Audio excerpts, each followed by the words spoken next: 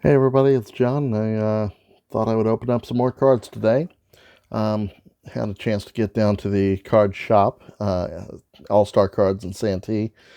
I spent a little money there, so got some fun stuff. Thought I would share some of it with you, and then some other stuff I'll be sharing next time. But got some interesting stuff here, and I wanted to kind of open up a few packs.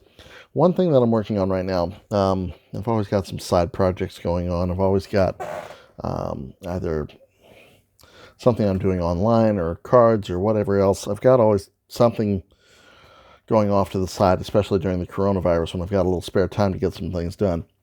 Well, a friend of mine happens to be a big Yankees fan, so thought I would surprise him with some Yankee cards, since I'm not a Yankees fan.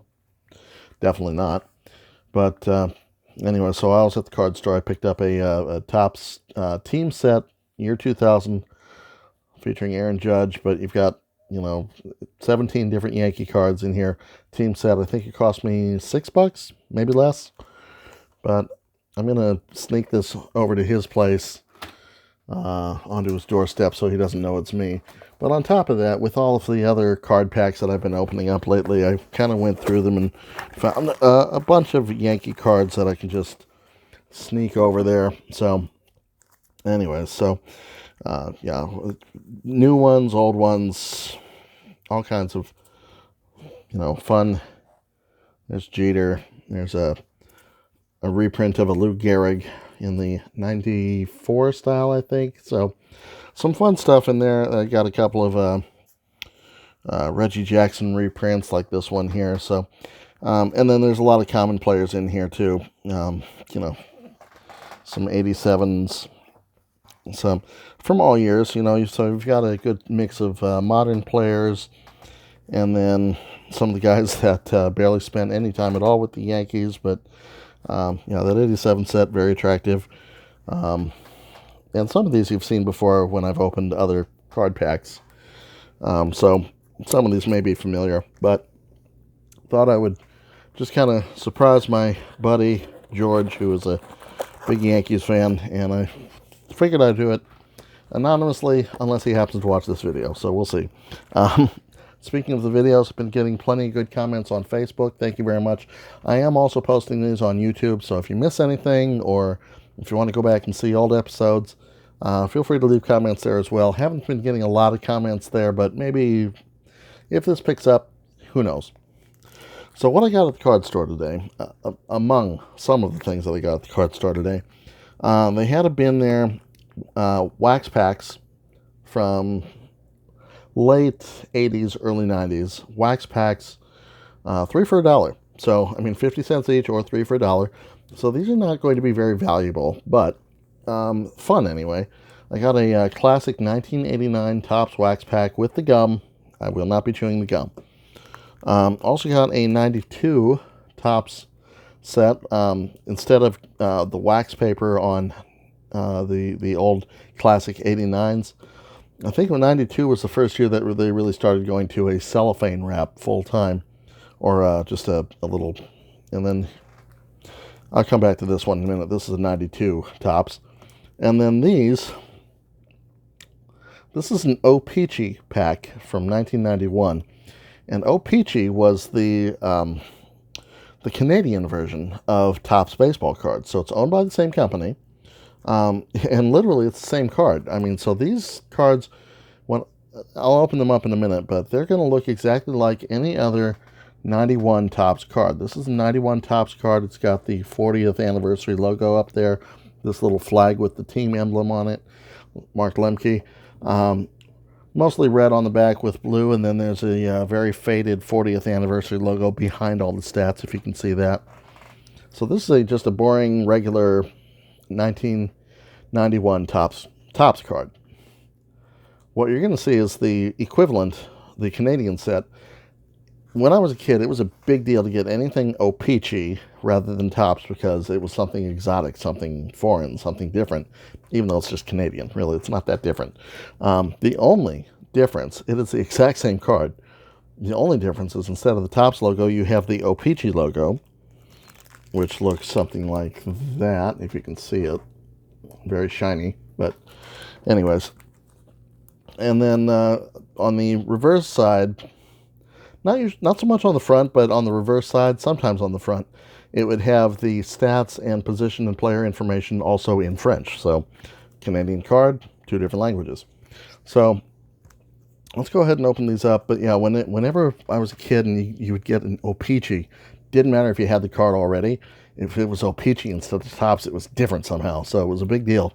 I don't know if I've ever actually opened up a pack of O-Pee-Chee. So kind of interesting. Donruss did the same thing. Donruss was owned by a company called Leaf at the time, and so instead of a Donruss card, you might get a Leaf card. And again, same design, exact same card, a little French writing on it. That's the only difference, and a different logo. But it was a big deal when I was a kid. You would overtrade with your friends to get an O-Pee-Chee or a Leaf card. So one thing I want to mention, I had complained in a previous episode that one of the Topps opening day 2019 packs only had 7 cards in it, and I thought, well, they're getting cheap. They're, selling less cards for more money. Well, apparently that's not a new thing, because this is a 91 pack. Again, only 7 cards. You can see how thin this is. Very, very thin. So maybe it's not the modern card industry. Maybe this is just how it was trending even then. So let's go ahead and open up with the O-Pee-Chee 91. It's a little tougher than I expected. Maybe it's stuck together after 30 years. Here we go. Oh, these are different. Okay, my mistake. Okay, these are completely different. What is this? This is the O-Pee-Chee Premier set. Oh, that's why. Okay, O-Pee-Chee Premier, as opposed to just the regular 91 set that looks like this. These are completely different. Okay, I have seen these before. I didn't make the connection. Well, let's take a look here. Right off the bat, if you're a Toronto Blue Jays fan, Dave Stieb and Devon White. So, again, if you see anything you like, if you happen to be a Toronto Blue Jays fan, let me know. Out of all the cards that I picked up, I'll be happy to pick through them, get you a whole set of Toronto Blue Jays, Colorado Rockies, Pittsburgh Pirates, whatever you like. Let me know. We'll work something out. I'll send them your way. But anyways, the O-Pee-Chee Premier set. You can see at the bottom it does have the name of the player, and then also, let's see, there it is. The name of the player, and then also in French, his position. So Dave Stieb, of course, pitcher. Not a lot of French on the back, although I do like the colors on the back. You got a full color photo, which was very trendy back in 1991. All the exclusive sets had to have the full color photo on the back, thanks to Upper Deck. There's the O-Pee-Chee logo at the bottom, MLB Players Association, MLB regular logo, also in French. And then it just has his previous year stats and career stats overall, and under career it says that in French as well. So, a couple of Toronto Blue Jays. Figures we open the Canadian cards and start with the Canadian team. There you go. Hey, there we go. No, this is good. Ooh, this is a keeper. I'm not giving this one up. Nolan Ryan, one of my all-time favorite players, probably my favorite pitcher of all time outside of those who played for my team. Favorite pitcher, never played for my team. Here he is with the Texas Rangers, and this even commemorates at the top 7th career no-hitter. Pitched 7th career no-hitter May 1st, 1991. That was his 7th and final no-hitter. Set the all-time record, even though he had the all-time record already. Nobody else has ever thrown more than 4. Yeah, and this was getting toward the end of his career. He played a couple more years after this. Again, this is 91. So he played into the 90s a little bit, but this is a good card. I'm keeping this one. Here we go. Vince Coleman with the Mets. Vince Coleman. Let me hold it over here so you can see it. Vince Coleman, in 1985, came up with the St. Louis Cardinals and set the world on fire. He was the National League equivalent of Rickey Henderson, stealing about 100 bases every year. I mean, he'd always be good for, at the time, 100 bases or more per season. He was really the National League answer to Rickey Henderson. looked like he was probably on his way to a Hall of Fame career. At some point, he ended up with the Mets, and I remember he got into some trouble there, setting off some fireworks in the parking lot of Shea Stadium. Something about fireworks. He got in trouble for that, and well, he had a good year in 1990. Oh, this was still when he was with the Cardinals. Okay. So on the back, it's got his stats from 1990 with the Cardinals, but then all Mets logo, Mets uniform.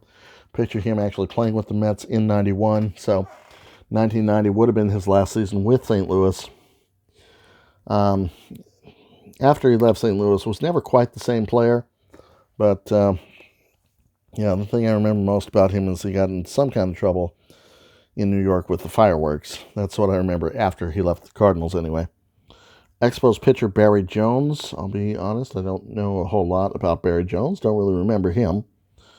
Played with the White Sox in 1990 and then traded December of 1990 over to the Expos. So, yep, Canadian card, Canadian player. There you go. We got Canadian team anyway. He's not Canadian, I don't think.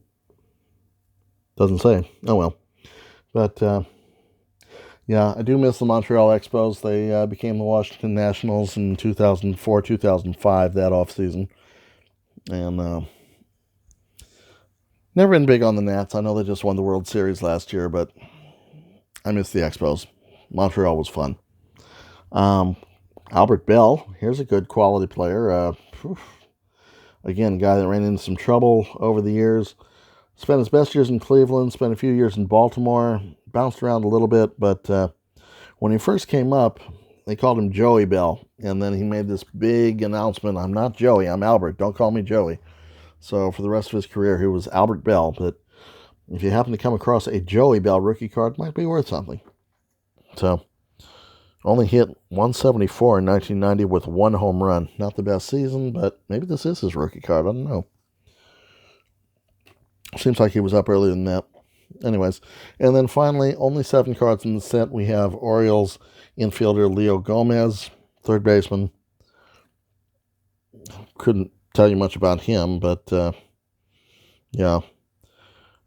And even the stats on the back are pretty weak. I mean, you've got just not Gomez in particular, but they don't give you a lot to work with. They don't tell you much about how many games he played. That's a very basic stat.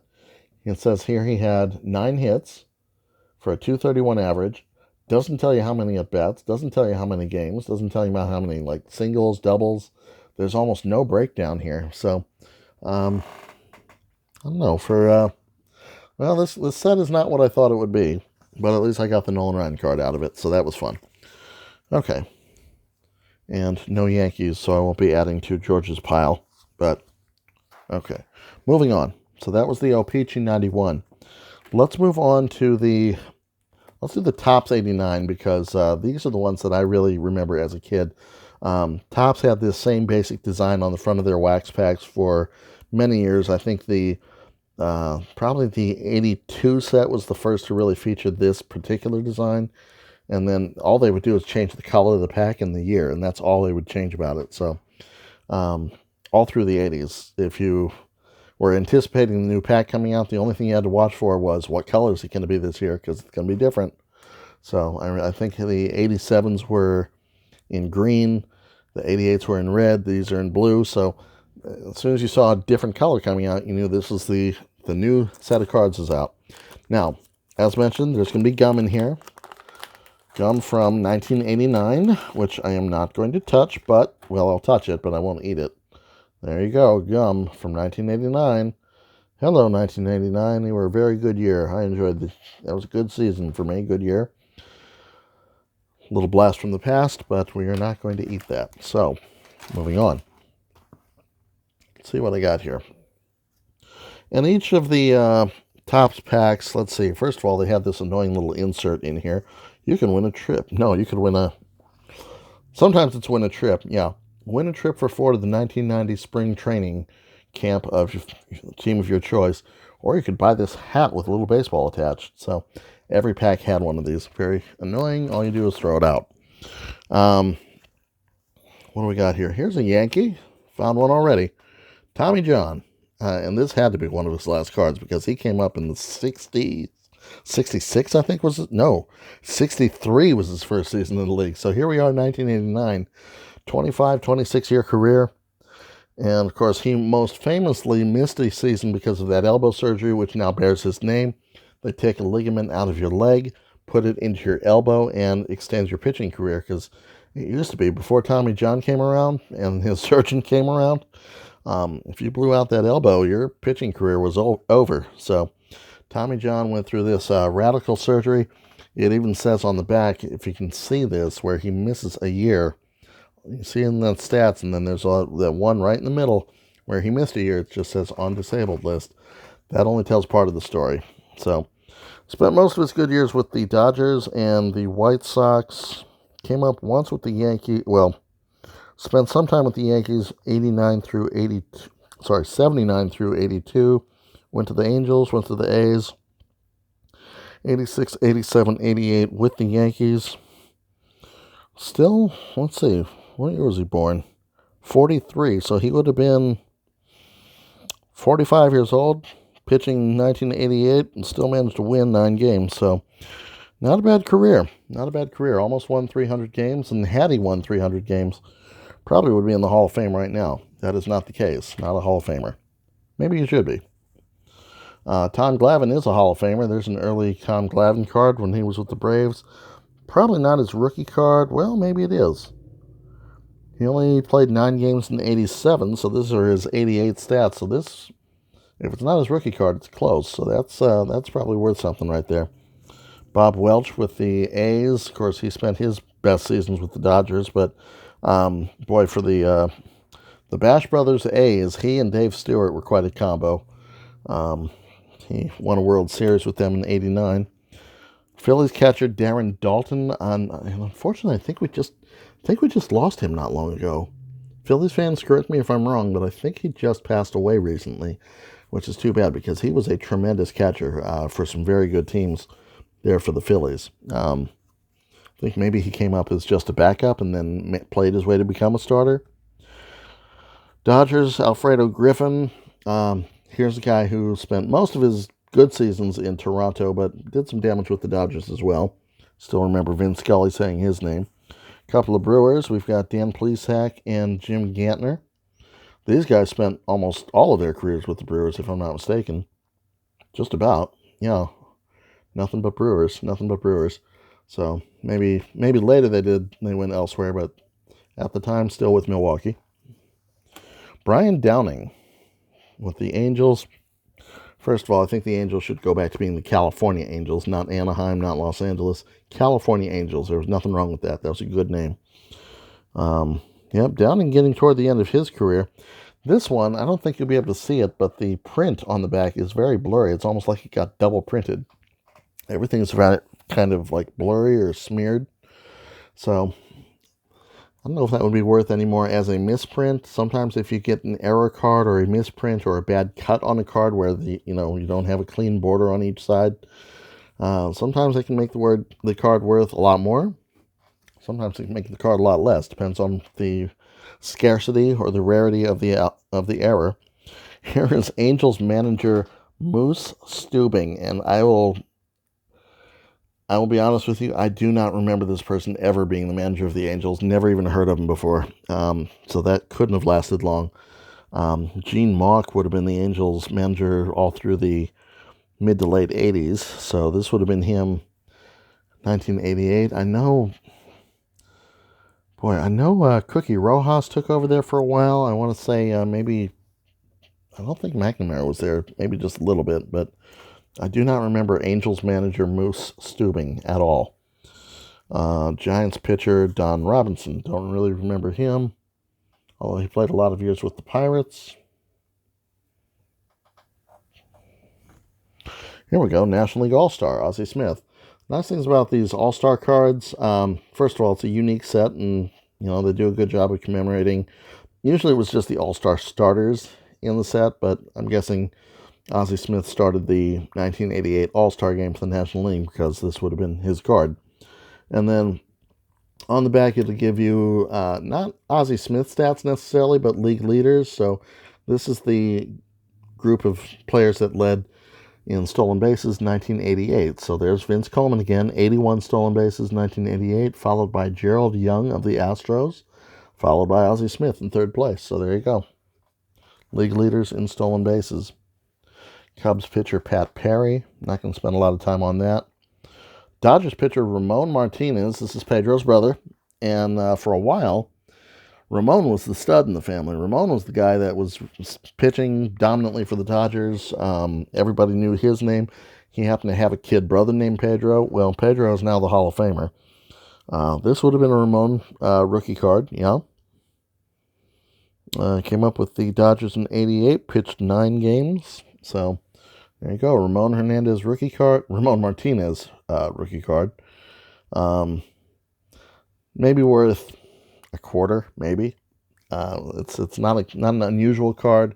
Not that great of a player. I'm probably overestimating the value. But had that been a Pedro Martinez, would have been worth a lot more. And then here we got another All-Star card. Oh, this is interesting. This never happens.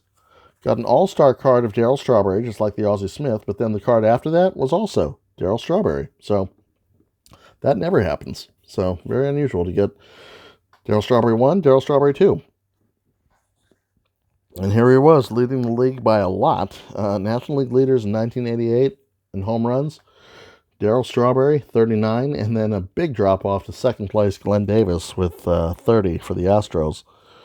That was quite a big drop-off, so no wonder he made the All-Star team that year. Darryl Strawberry, again, came up with all kinds of talent, all kinds of hype. Could have been one of the best, certainly in the history of the Mets. Ran into some drug problems, as a lot of Mets did back in those days. Couldn't keep himself clean. Did end up having a few good years for the Yankees after he left the Mets, but that's a guy where you're left wondering what if. He could have been so much more than what he was during the course of his career. Now, next up, this 92 Topps set. The thing about that I liked about the 92 Topps set, as mentioned, this is the first year that they really switched to cellophane wrap. And what's interesting about that is that you can almost see, I mean, you can see through it. Look, you can see this is card number 41, whoever that happens to be. And you can almost, and on the back it's even worse. I mean, this person clearly is a Martinez. So maybe that's Ramon Martinez. Maybe that's probably not Pedro at the time. Well, let's see, 92. Probably not Pedro. Could have been Edgar Martinez. Let's see here. Without giving too much away. NL leaders. Okay, so it's a pitcher. Let's see if I can, without opening this. Dennis Martinez. Okay, so, see, even without, and this is one thing in 1992, you would do this. You would go through these cards and kind of look through just to see, what am I getting in this one? It's unusual. You couldn't get the sneak preview with that wax pack, but with the cellophane, you can kind of see through it. So you knew the first set in the deck or in the pack, and then you might be able to get the second one or the last one in the pack. This one, let me see here if I can. And the other thing, if you press down on it, you can see through it pretty well too. So if you press down on it again without even opening the pack, you do this as a kid. I don't want that one. I've already got that one. You can move on to the next one. So this is somebody who played for the Cubs and then Padres. So Craig. The name is Craig. Oh, Craig Lefferts. Okay. Well, let's get right to this. Craig Lefferts. I liked him. He was one of my favorites, actually. This was good. That's a lucky one. There we go. Okay. Oh, Denny Martinez. Was that the same? Yeah, that's the same as Dennis Martinez. Okay. El Presidente. This was him with the Expos. Yep. Had a lot of good years with the Baltimore Orioles. Had a near perfect game, or he did finish the perfect game with the Expos against the Dodgers. El Presidente from Nicaragua, one of the first ball players ever from Nicaragua. So that's why they called him El Presidente. That guy probably has a good, strong case for the Hall of Fame. I don't know why he's not in. Here we go. Craig Lefferts. First of all, love the player, hate the uniform. Any Padres uniform in blue, to me, is trash. This uniform looks so much better in brown. However, Craig Lefferts yeah, we traded him to, we picked him up from the Cubs, and he pitched for us in the 84 World Series in the playoffs. Then in 87, he was a part of that big trade, I believe, with Mark Davis, Kevin Mitchell. Mark Grant was part of that trade. Chris Brown, I think if it was the same, it had to be the same trade. Yeah. Sent Lefferts to San Francisco.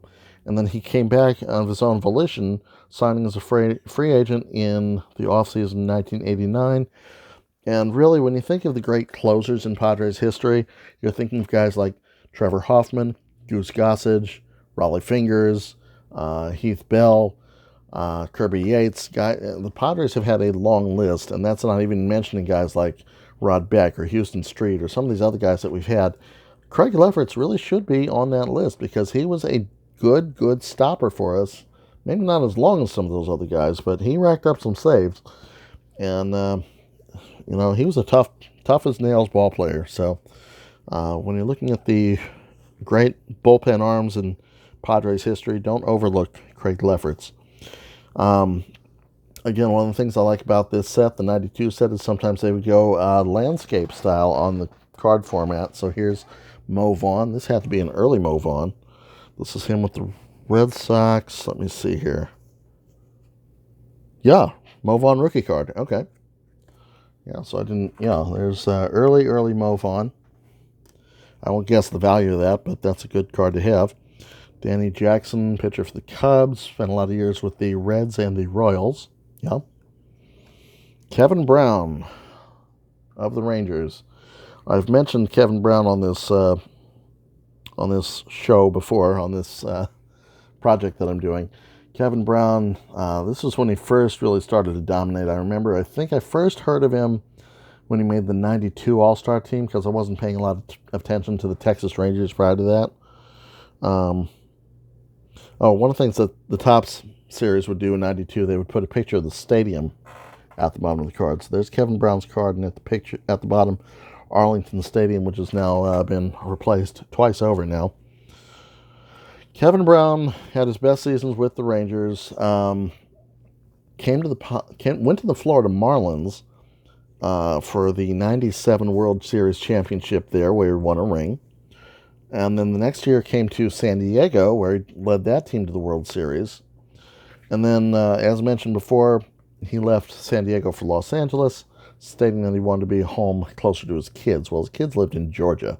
So everybody in San Diego knew that was just a money grab. So even though he got us to the World Series, a lot of people in San Diego do not want Kevin Brown around. He is almost persona non grata.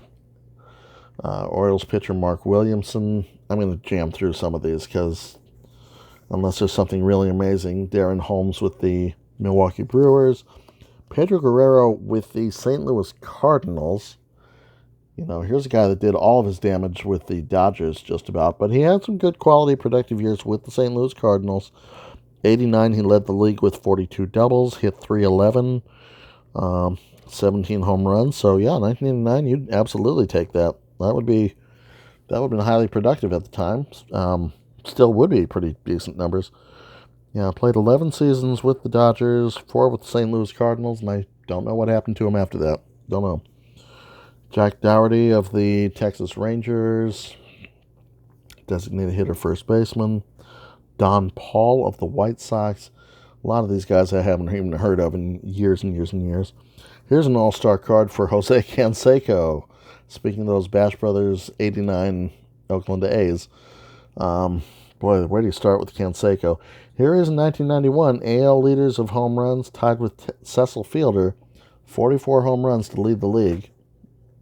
So, Jose Canseco is an interesting guy, and I don't have time to go into everything that he did there. Is this Bob Welch again? Yes, it is. Bob Welch. We just had him in the other set. So, what did I do with that one? Anyways, yeah, Bob Welch popped up again in 92, still with Oakland. So here's his 89. Here's his 92. Yeah, had some good years. And even in 92, won 27 games in 1990. Boy, that's significant. And then started 35-91 to lead the league. I want to show you the difference in the back of the cards because, again, '89 Topps had been pretty much using the same formula for years and years and years. They're going with straight up stats on the back. Nothing flashy about the back of the card. This is pretty much the same formula they've been using since '82 or even before that. Compare that to his 1992 card, and you've got full color backing.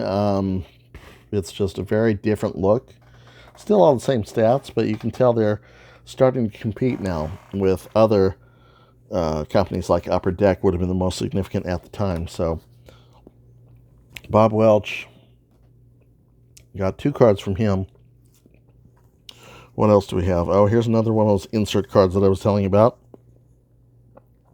Match the Stars. This is a scratch-off game. Maybe I'll play that later on, see if I win anything from 1992. Steve Sax with the Yankees. Figures I got Pedro Guerrero and Steve Sax in the same set. Again, guy that did most of his damage with the Dodgers, but went to the American League in this case. Steve Sax, strange thing about him, he was one of the best second basemen of the 80s, but he got a case of the yips. He got to a point where he could not throw the ball correctly to first base, and that kind of got to the end of his career. Of course, some of you might remember Steve Sax, and for that matter, Jose Canseco from the episode of The Simpsons, Homer at the Bat. These are, we got, and Darryl Strawberry for that matter. I've got 3 players here that played with Homer Simpson for Mr. Burns' softball team. So 3 out of the 9. That's pretty good. If you're a fan of The Simpsons, hey, play ball. That's funny. I didn't even notice that until just now. St. Louis Cardinals, Craig Wilson. Couldn't tell you anything about him. Second base, third base. Some cup of coffee with the Cardinals in '89. Part-time action 90, 91. Don't know much about him. And then Derek Bell with the Toronto Blue Jays. This would have been just before he came to San Diego. Matter of fact, this is his rookie card. Derek Bell was a outfielder for the Padres during the fire sale era, so a talented ball player, not surrounded with a whole lot of talent during his time in San Diego. He hit a few home runs for us, spent some time bouncing around the league. This is, when he was still very young and promising in Toronto. Did okay in San Diego, and I think what he's remembered for most is his time in Pittsburgh, where he just quit on the team. He wasn't happy with the manager, wasn't happy with his playing time, how he was being used. This is probably maybe about, 2000, 2001 maybe. So he wasn't old, but he was getting toward the end of his career. And he decided that the team wasn't using him right, so he was just going to quit on them. And he called that Operation Shutdown. So if you ever hear the phrase Operation Shutdown, that's referring to Derek Bell. So now the final pack that I got at the card store today, and I'm going to save this for next time because this is already getting kind of long. I spent $4 for this. This is an 81 wax pack Donruss, and I had to have to stop and think. I don't even remember what the 81 Donruss set looked like. I think it was the one with the big team name, the really big team name at the bottom. I'll have to look, but anyways, 18 cards. Cost me $4 to get this at the card store today. This is the year 2020, and so these are 39-year-old cards with 39-year-old gum.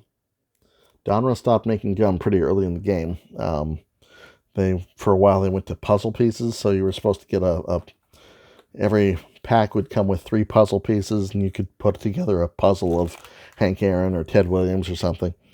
So they abandoned the gum pretty early and went to puzzle pieces.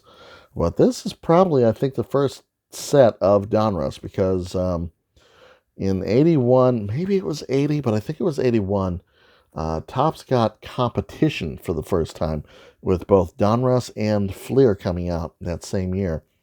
And so that's where you started seeing Topps really making some changes to stand out in the industry, to modernize their product. So maybe Fleer and Donruss gave them a little push in the 80s, but when Upper Deck came out in 89, that's when the entire card industry kind of got turned on its ear. So One other thing that I want to mention too, so I will open this 81 Donruss pack next time.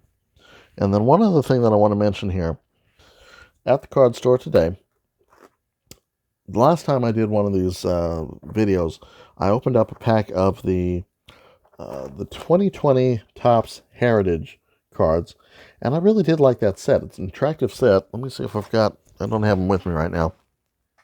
Don't have them here. But it was an attractive set and done in the style of the 1971 set. So modern players in the 71 look. And again, it was a set that I really liked. Oh, wait, here's one. Here's one. So this is what the Topps Heritage set looks like. This is Padres infielder Ty France.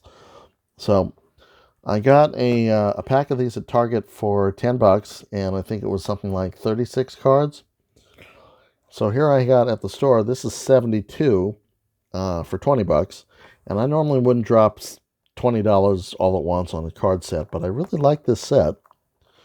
I think it works with the nostalgia that, they're going after guys my age, but I think they would also appeal to today's kids. It's a cool looking set.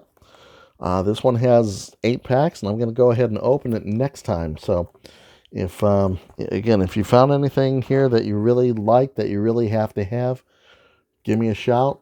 Other than the Padres and the Yankees, if there's anything that you want, let me know. I'll work it out with you. Thanks for watching. See you next time.